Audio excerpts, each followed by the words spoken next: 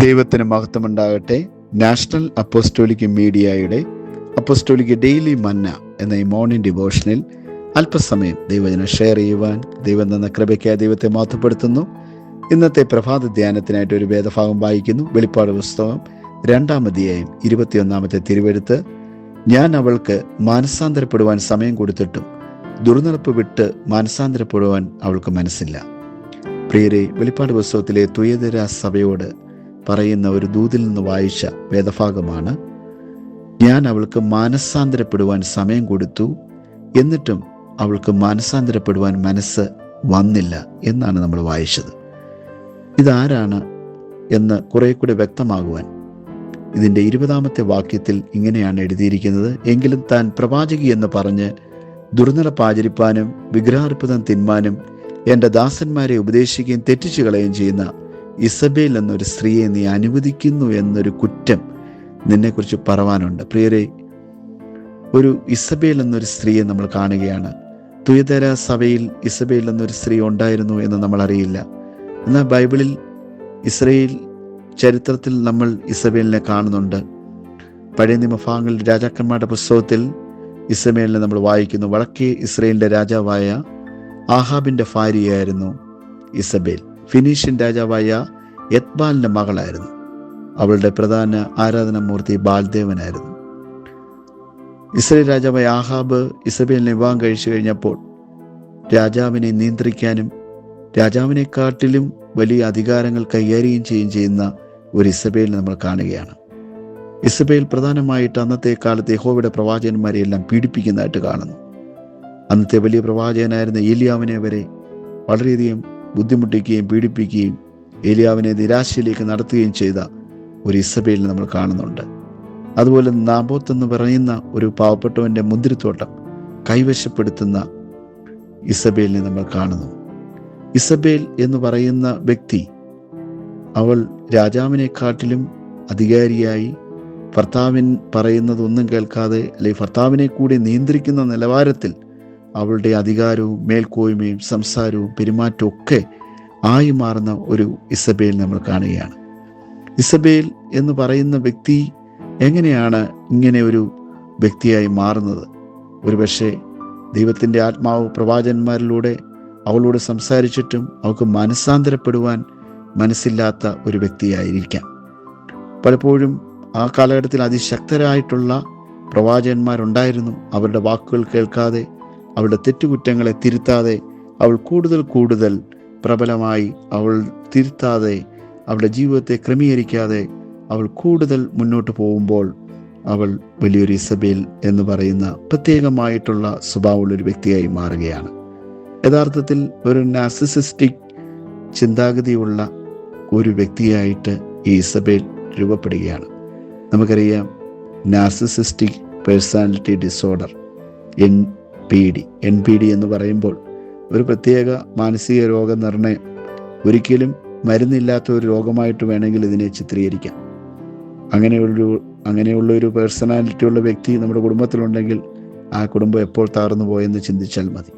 പ്രിയരെ, ഇവിടെ നമ്മൾ ഈ നാർസിസിസ്റ്റിക് പേഴ്സണാലിറ്റി ഉള്ളവരുടെ ചില ലക്ഷണങ്ങളെക്കുറിച്ച് ഞാൻ പറയാൻ ആഗ്രഹിക്കുന്നു.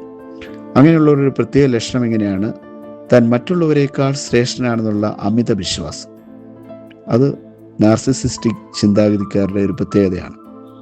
അതുപോലെ നിരന്തരമായ പ്രശംസ, അംഗീകാരം, ശ്രദ്ധ നേടൽ, അതുപോലെ വിമർശനം സഹിക്കാൻ ബുദ്ധിമുട്ട്, ചെറിയ വിമർശനത്തിലും ശക്തമായി പ്രതികരിക്കുന്ന വ്യക്തി, മറ്റുള്ളവരുടെ വികാരങ്ങളോടോ ആവശ്യങ്ങളോടോ സഹാനുഭൂതി കാണിക്കാത്ത വ്യക്തി, സ്വന്തം ലക്ഷ്യങ്ങൾക്ക് വേണ്ടി ആളുകളെ ഉപയോഗിക്കുന്ന പ്രവണതയുള്ള വ്യക്തി, അതുപോലെ അവകാശബോധം, എനിക്ക് പ്രത്യേക പരിഗണന ലഭിക്കണമെന്നുള്ള എപ്പോഴുമുള്ള മനോഭാവം, അതുപോലെ മറ്റുള്ളവർ വിജയത്തിൽ അസൂയ തോന്നുക, അല്ലെങ്കിൽ മറ്റുള്ളവർ തന്നെ അംഗീകരിക്കണമെന്നുള്ള പ്രത്യേകമായ ചിന്താഗതി, അഹങ്കാരപരമായ മേൽക്കോയ്മ കാണിക്കൂ, അങ്ങനെയുള്ള പെരുമാറ്റം, തെറ്റ് സമ്മതിക്കാൻ മടിക്കുക, പലപ്പോഴും കുറ്റം മറ്റുള്ളവരിലേക്ക് മാറ്റുക, പുറമേ ആത്മവിശ്വാസമുള്ളവരായി തോന്നിയാലും ഉള്ളിൽ അംഗീകാരത്തിനുള്ള ശക്തമായ ആവശ്യമുണ്ടായിരിക്കും.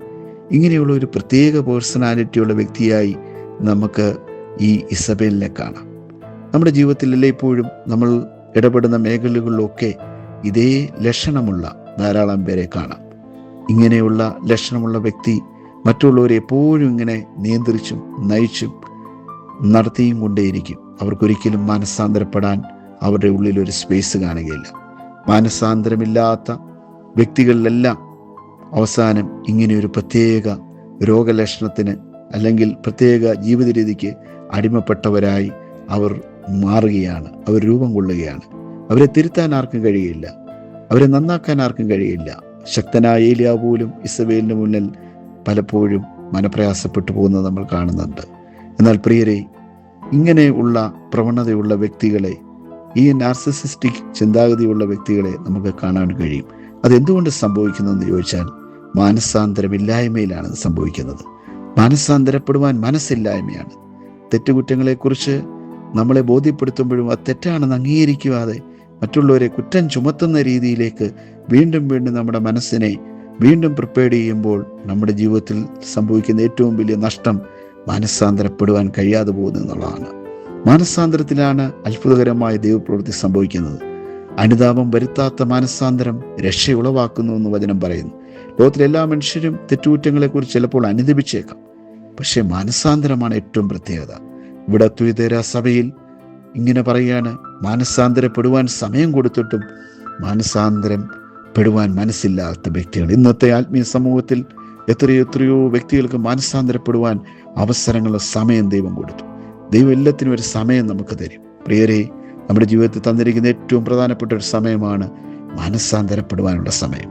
ആ സമയം നമ്മൾ തക്കത്തിന് ഉപയോഗിച്ച് നമ്മുടെ തെറ്റുകളെ തിരുത്തി, നമ്മുടെ വൈകല്യങ്ങളെ, നമ്മുടെ മാനസികമായ പ്രശ്നങ്ങളെ, നമ്മുടെ മേൽക്കോയ്മകളെ, നമ്മുടെ നിയന്ത്രിത സ്വഭാവങ്ങളെ, മറ്റുള്ളവരിൽ അടിച്ചേൽപ്പിക്കുന്ന കുറ്റാരോപങ്ങളെ, ഇങ്ങനെയൊക്കെ നമ്മൾ അതിൽ നിന്നൊക്കെ മനം തിരിഞ്ഞ് നമ്മൾ ആരാണെന്നുള്ള ഉത്ബോധത്തിൽ ദൈവത്തിന് കീഴടങ്ങി നമ്മളെ ഏൽപ്പിച്ചിരിക്കുന്ന ഉത്തരവാദിത്തങ്ങൾ ഭംഗിയായി ചെയ്തുകൊണ്ട് മറ്റുള്ളവരെ നിയന്ത്രിക്കുന്ന നിലവാരത്തിലേക്ക് നമ്മുടെ മാനസികമായ വൈകൃതങ്ങൾ ഉണർന്ന് നമ്മൾ ഒരു പ്രത്യേക അവസ്ഥയിൽ എത്തിച്ചേരാതെ, അങ്ങനെ നമ്മൾ നശിച്ചു പോകാതെ, മാനസാന്തരമെന്ന ഏറ്റവും വലിയ ദീർഘക്ഷമ ദൈവം നമുക്ക് തന്നിരിക്കുമ്പോൾ അത് ഐശ്വര്യമെന്ന് കണ്ടുകൊണ്ട് അത് പ്രാപിക്കുവാനായിട്ട് നമുക്ക് കഴിയട്ടെ. ഇന്ന് പ്രഭാതത്തിൽ ഈ വചനം കേൾക്കുന്ന എല്ലാവർക്കും മാനസാന്തരം എന്ന് പറയുന്ന അമൂല്യമായ ആ അനുഭവം നമുക്കുണ്ടാകുവാൻ നമ്മുടെ മനസ്സിലേക്ക് തന്നെ നമുക്ക് തിരിഞ്ഞു നോക്കാം.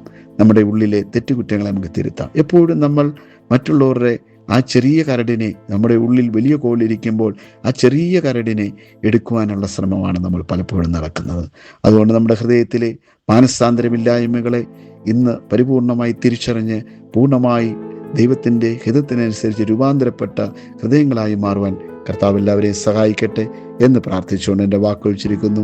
ഒരു വാക്ക് പ്രാർത്ഥിക്കാം. സ്വർഗീയ പിതാവേ, തിരുക്കരങ്ങളിൽ ഏൽപ്പിക്കുന്നു. ഇന്ന് വചനം കേൾക്കുന്ന എല്ലാവർക്കും മാനസാന്തരത്തിന് അവസരം ലഭിച്ചിട്ടും മാനസാന്തരം അതിന് സമയം കിട്ടിയിട്ടും അത് ലഭിക്കാതെ പോയി എന്ന് പറയത്തക്കോണം ഒരു ജീവിതം പോലും ഉണ്ടാകാതെ തെറ്റുകളെ തിരുത്തുവാനും കുറവുകളെ പരിഹരിക്കുവാനും കഴിയുന്ന ജീവിതാനുഭവങ്ങൾ ഓരോരുത്തർക്കും ലഭിക്കട്ടെ എന്ന് പ്രാർത്ഥിച്ചുകൊണ്ട് കർത്താവിൻ്റെ സന്നിധിയിൽ എല്ലാവരെയും സമർപ്പിക്കുന്നു. യേശു ക്രിസ്തുവിൻ്റെ ധന്യനാമത്തിൽ തന്നെ ആമേൻ. കർത്താവ് എല്ലാവരെയും അനുഗ്രഹിക്കുമാറാകട്ടെ.